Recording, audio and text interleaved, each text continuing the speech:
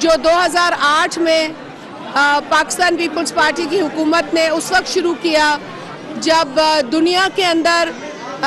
جو حالات تھے وہ بہت برے تھے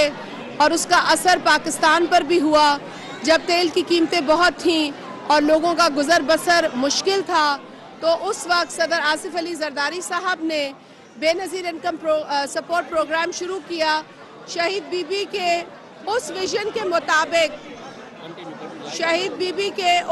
کے مطابق جس کے نتیجے میں غریب ترین جو گھرانے تھے ان کی آمدنی کو سپورٹ فراہم کی گئی۔ اس کے ساتھ ساتھ کیونکہ پاکستان پیپلز پارٹی ہمیشہ عورتوں کو مضبوط کرنے میں یقین رکھتی ہے، اسی لیے جب غریب ترین گھرانوں کو مدد فراہم کی گئی تو ان کے گھر کی خواتین کا انتخاب کیا گیا کہ اس عورت کے ذریعے اس غریب گھر کو مدد دی جائے گی، تاکہ اس عورت کو بھی یہ یقین ہو کہ وہ بھی کوئی مقام رکھتی ہے، کوئی اہمیت رکھتی ہے اور اس کو امپاور کیا جا سکتا ہے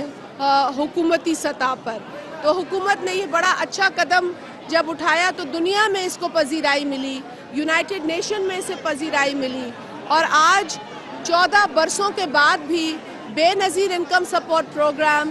اپنی عوام کی غریب ترین جو لوگ ہیں ان کی خدمت کر رہا ہے۔ آپ نے دیکھا کہ یہ پروگرام شروع ہوا تو بڑی باتیں کی گئی کہ یہ خیرات ہے، یہ کبھی بھی خیرات نہیں تھی۔ اس کا نام ہے انکم سپورٹ پروگرام، یعنی کہ جو کم آمدنی کے گھرانے ہیں ان کو ایک سپورٹ دی جاتی ہے۔ یہ خیراتی پروگرام نہ تھا نہ ہے۔ جن لوگوں نے اس پر تنقید کی وہ یہ بھول گئے کہ اس پاکستان کے اندر ایسے گھرانے بھی ہیں جو سفید پوش ہیں، جو کم کماتے ہیں اور زندگی گزارنا مشکل ہوتی ہے۔ ایسے گھرانوں کی مدد کی گئی، طریقہ کار مرتب کیا گیا جس کے ذریعے ان کو اس پروگرام میں شریک ہونے کا موقع دیا گیا۔ آج جب ہم آپ سے بات کر رہے ہیں تو تقریباً